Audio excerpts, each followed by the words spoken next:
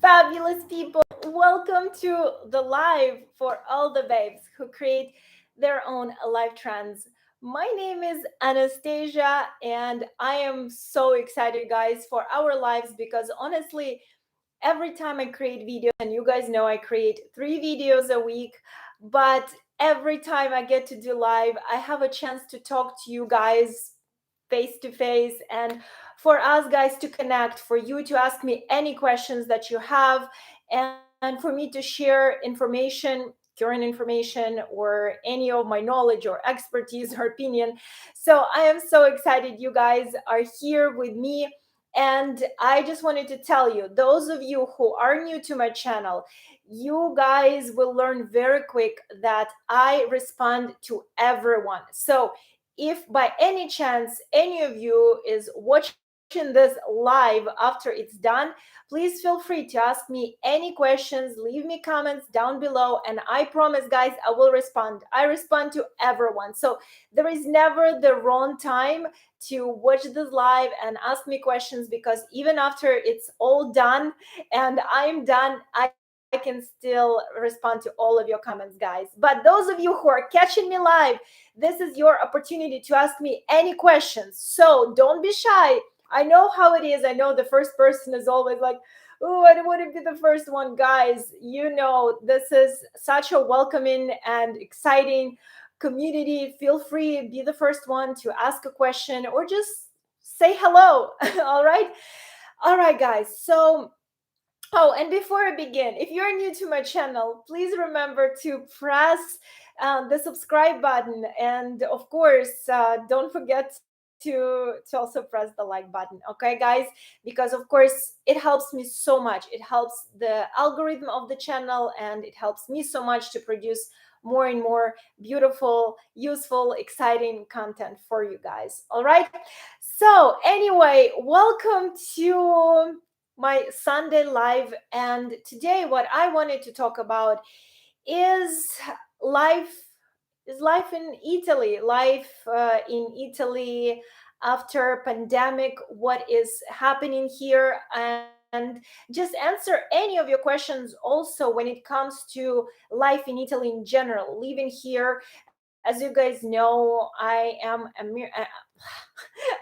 an American who moved to Italy many years ago. So I've been living in Rome for years now, and I just have so much knowledge and expertise and stories to share with you guys. As you know, I've been sharing those stories with you in my videos, and I hope you're learning a lot from it. I know sometimes you find them funny, sometimes sad, sometimes shocking. So I hope you guys are learning, of course, a lot from my experiences of living here in Italy. But today, what I want to start with is to talk to you about what is happening right now in Italy, because I know a lot of you plan on traveling to Italy this year, or maybe at the beginning of next year, or maybe now. So you're like, what's the situation like in Italy?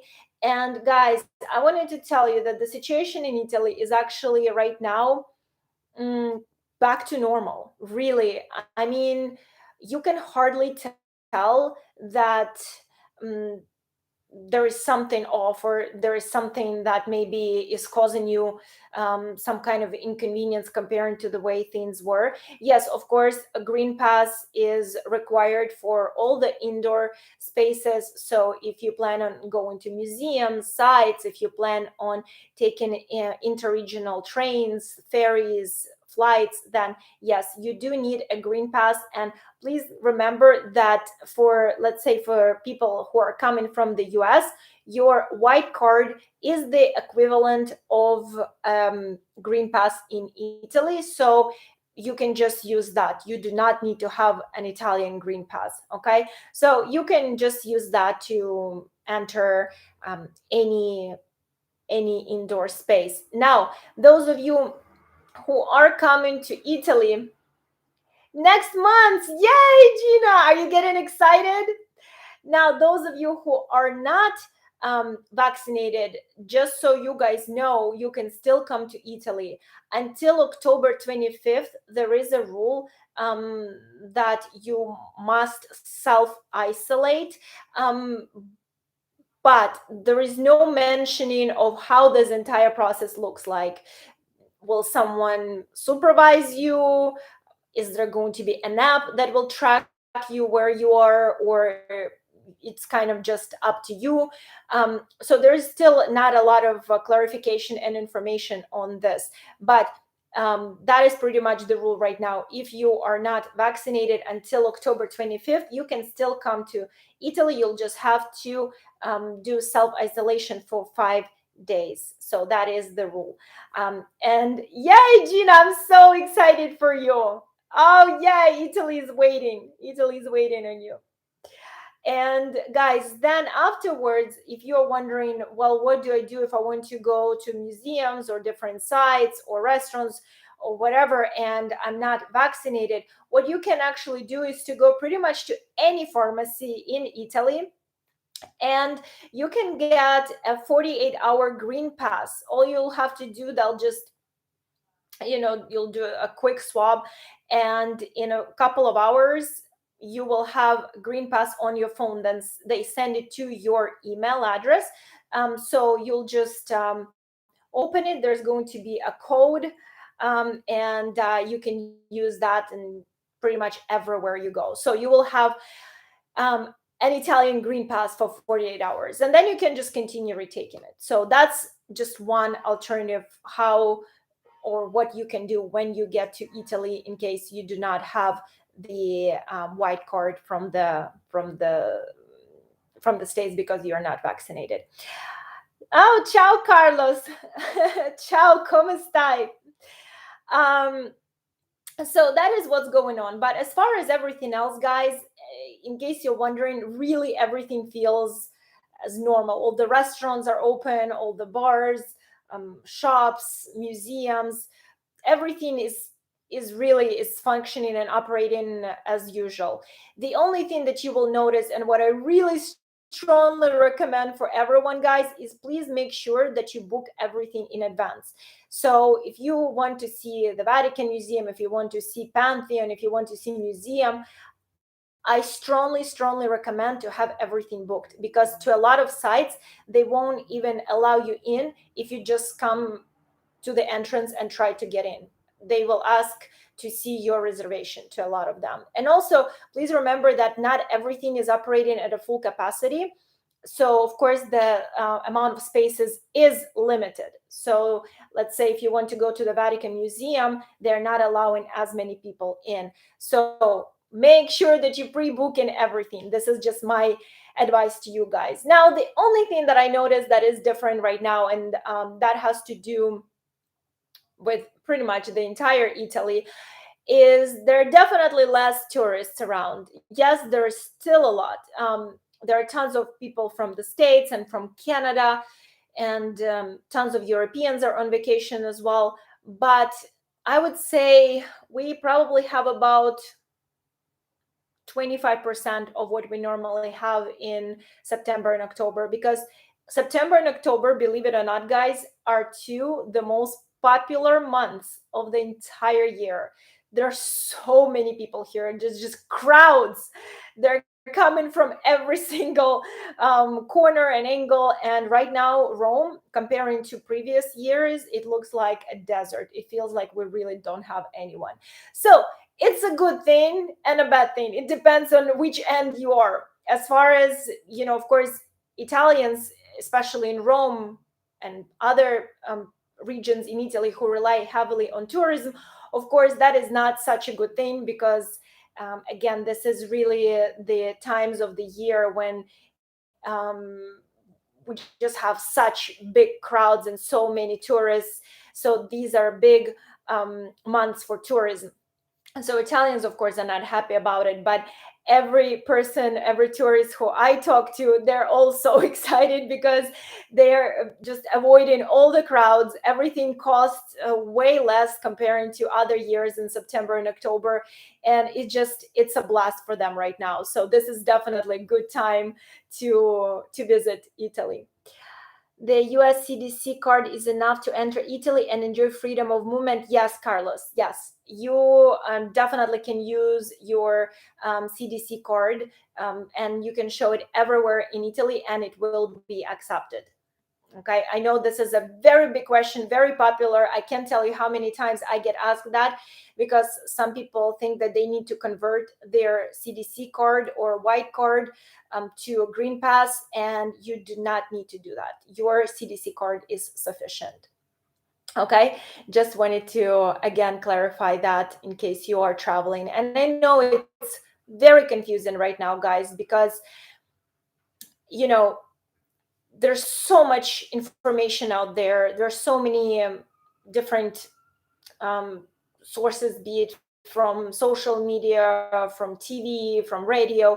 There's just so much information floating around. It's hard to understand what's going on and what's true, what's not, what is really the situation is like. So I try to always give you the most updates. I'm so glad to hear that everything seems normal. So even the Pantheon needs a reservation. Gina, yes, there are certain days for Pantheon that is required now a reservation. So I would definitely double check depending on which day of the week you are going. And another thing about Pantheon that I wanted to mention that unfortunately right now is happening is that there are some people that figured out that people now have to make reservation for Pantheon, and the entrance to Pantheon is free, guys, just so you know.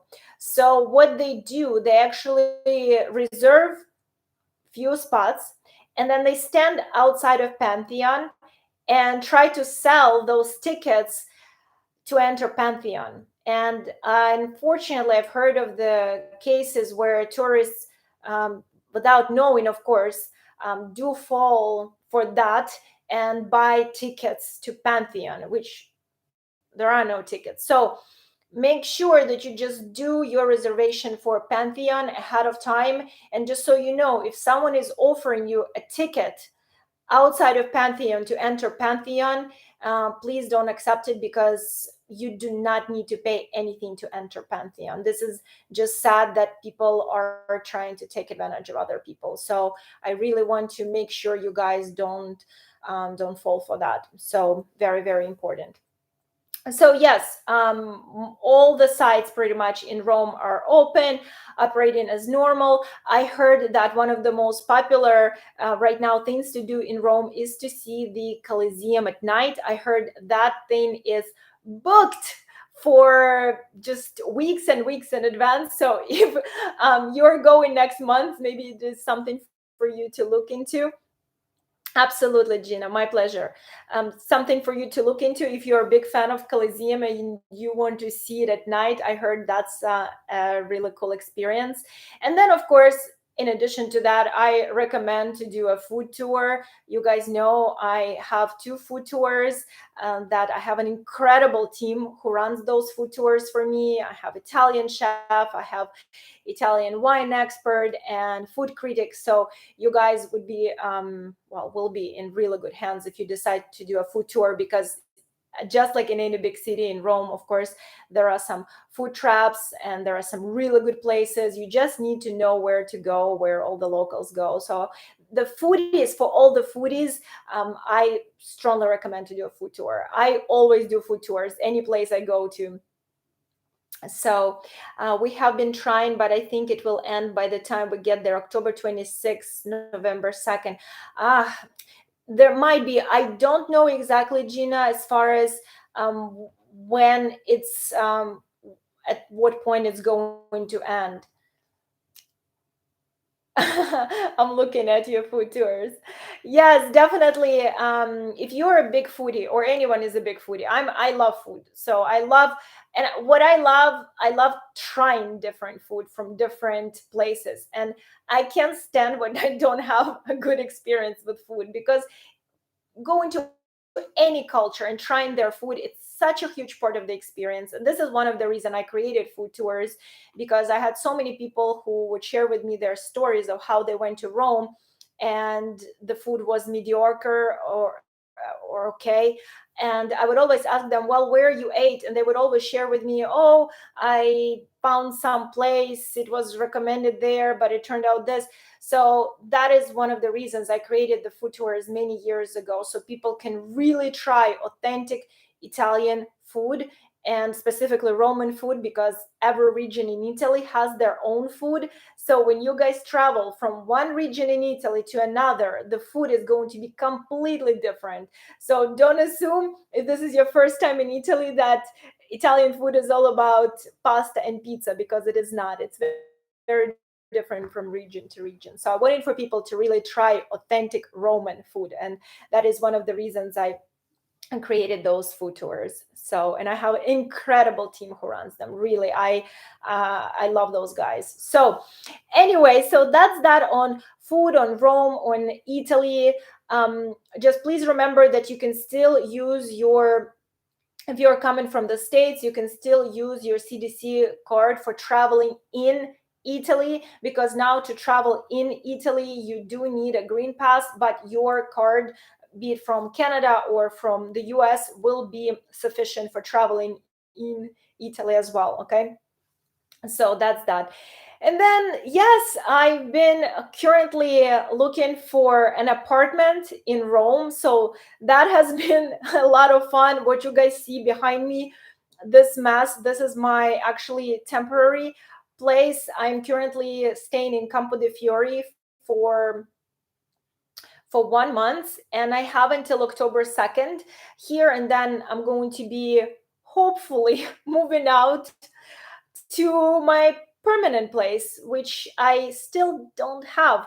And you guys probably seen my latest video of me showing you, just giving you a glimpse into the process of finding a home in Italy, what it looks like, what is like the process, what are the prices, what the apartments look like inside. So I hope you guys found that process interesting. And of course, I will be posting part two.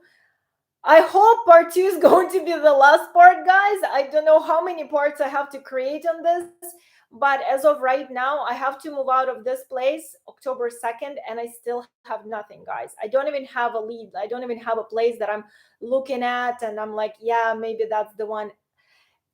Nada, guys. The process of finding a home in Italy, it's a very long and complicated process. And right now, what's happening also in the real estate in Italy is that the prices did go down a lot post pandemic. So we do have a lot of apartments on the market. But what is happening is, number one, a lot of owners, especially in the city center, like for example in Rome, in Centro Storico, they prefer to do an Airbnb versus renting their place long term. So a lot of times you want a beautiful place, but the owners only want to do Airbnb with it. They don't want to rent it out long term. And unfortunately, guys, those are always, well, I don't want to say always, but most of the time, the most beautiful places. Those are the places where they really put some effort. They did renovations, they bought new furniture, everything is brand spanking new. It just looks amazing. But those places are, unfortunately, they just, most of the time, they just Airbnbs. Now, then you have, in addition to all the places that are just Airbnbs now we also have people who wanted to move for maybe over a year or 2 years, but because of the lockdown, they didn't have an opportunity. Then in August, they were all on vacation, because you guys know in Italy, vacation is sacred. So now they are finally, in September, October, they're moving. So once you call an apartment, you find something that you really like, you call an apartment, and as soon as it gets on the market, it is already taken, because the price now is lower, and at the same time there's so much demand.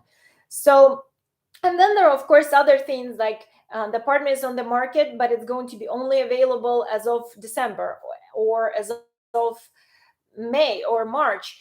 And then there are sometimes when, because I need fully furnished apartment, and it is better that way, guys. Trust me, because in Italy, every apartment is so different, and it has such weird angles that pretty much every piece of furniture needs to be custom made for that place. So that's why I haven't gotten any furniture in Italy.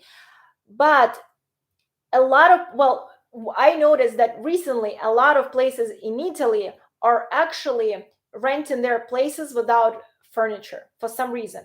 So you can rent a beautiful place, but then you have to completely furnish it. But then in a few years, when you decide to buy your own place, let's say, or if you completely decide to leave Italy, everyone has their own different life circumstances, of course. Then what's the use of that furniture? You can't take it to another place because it's not going to fit the other place. You might have living room this big in that place, then anyway. So yeah, it's just been a lot of interesting researching for the place. And it's I was joking in my last video. I said it's like online dating, and everyone started picking up in the comments saying, yes, finding an apartment in Italy, it's like an online dating. You think you found the one, and then you call and it's no longer on the market. Then you think you like something, in pictures, you go see it, and it's nothing like in the pictures.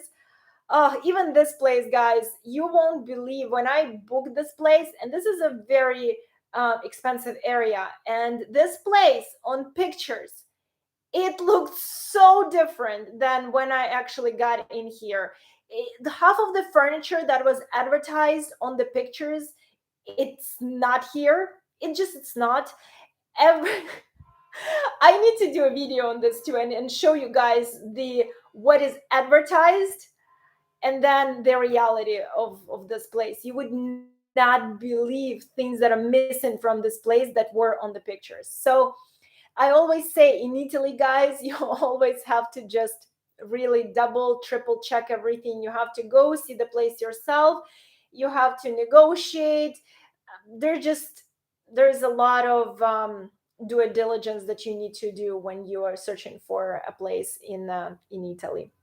So that's what's going on in real estate market in Italy right now. It is quite aggressive in September, October. Let me just tell you guys. And I wanted to say we've been having a like a very weird weather also for September, October, and I hope for everyone who is going to be coming here soon, the weather is going to behave and stabilize itself, because we have not had a weather like we're having right now in 50 years. It is absolutely crazy. We usually have in September, October. That is one of the reasons why people love to come in Italy during those 2 months. We usually have beautiful, beautiful blue skies, just the most perfect weather. And it's already been over a week. The skies are gray. Sometimes it rains, sometimes it doesn't. It's windy. It gets very chilly in the evening. So the weather has just been strange, guys. But I hope by the time you get here, it's going to be all good. I truly hope that you'll have good weather. But with that said, make sure that you bring something warm with yourself for the October or even September, because in the evening time, it does get chilly. It's nice during the day. Right now, it looks like it's about to rain. And then in the evening, out of sudden, the temperature just drops big time. So make sure that you're bringing with yourself just the mix of nice light clothes, and then just some warm clothes as well. Okay, guys. So that's that. And I wanted to end this live, guys, unless you have any other questions for me. I'm so glad I tried to make this one a compact, because I know most of our lives always run more than an hour. So this is a compact one.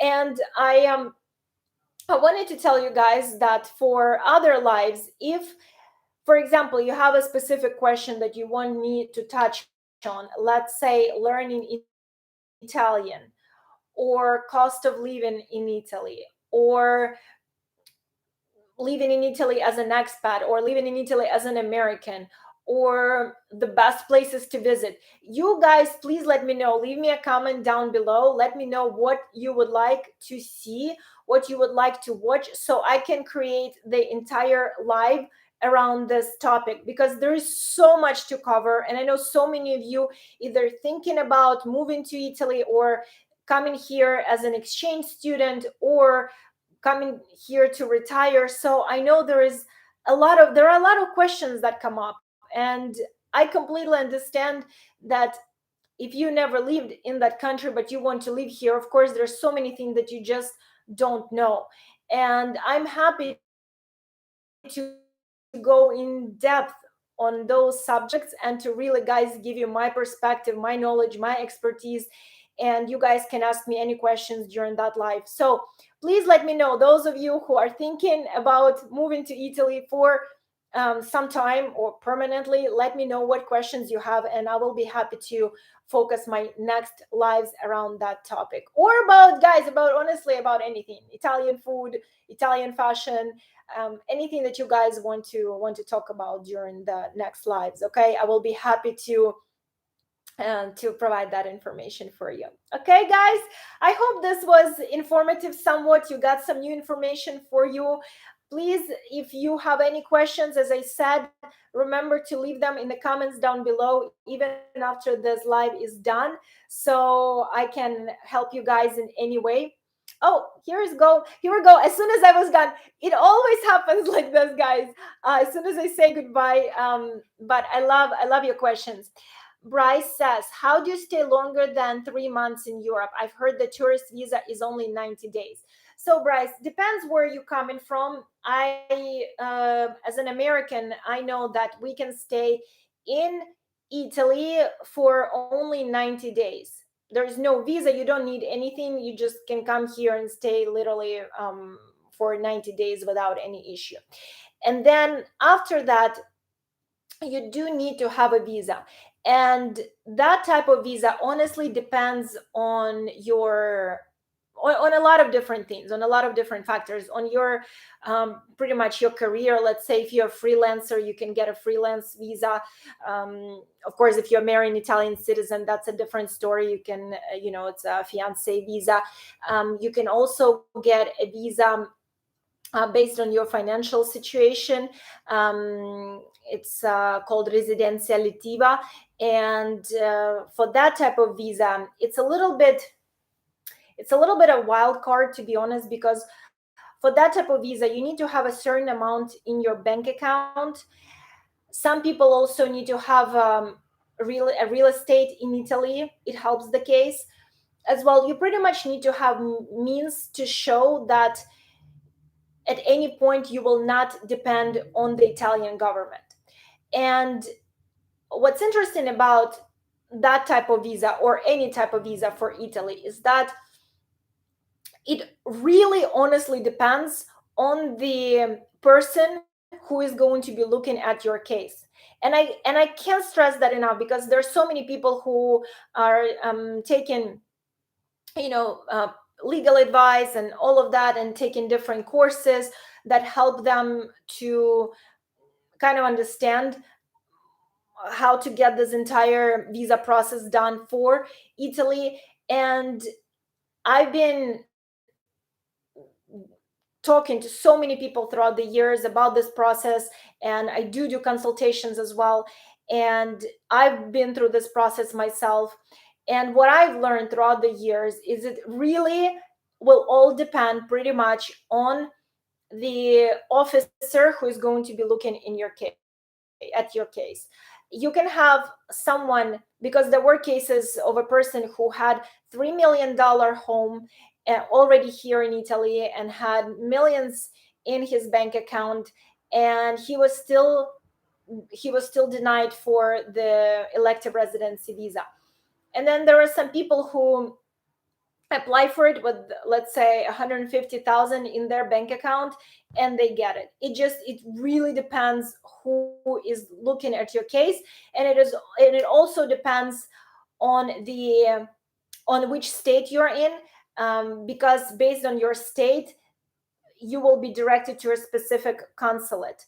And I know that that makes a big difference as well, because some consulates are just easier than the others. So it depends if you're doing it from California, where versus if you're doing it from North Carolina. So that plays a big role in that as well. So there's so many factors, guys. It's really not like in the States or in Canada, where there is just one rule and you just follow it. You either in lines with it, or you're not. In Italy, it's lines are like this. It's super blurry, guys.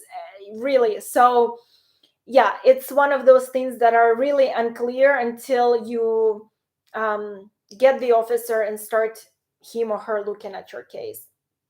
But what I would recommend to start with is to go online and to look at all different types of visas, and to see which one potentially might work for you.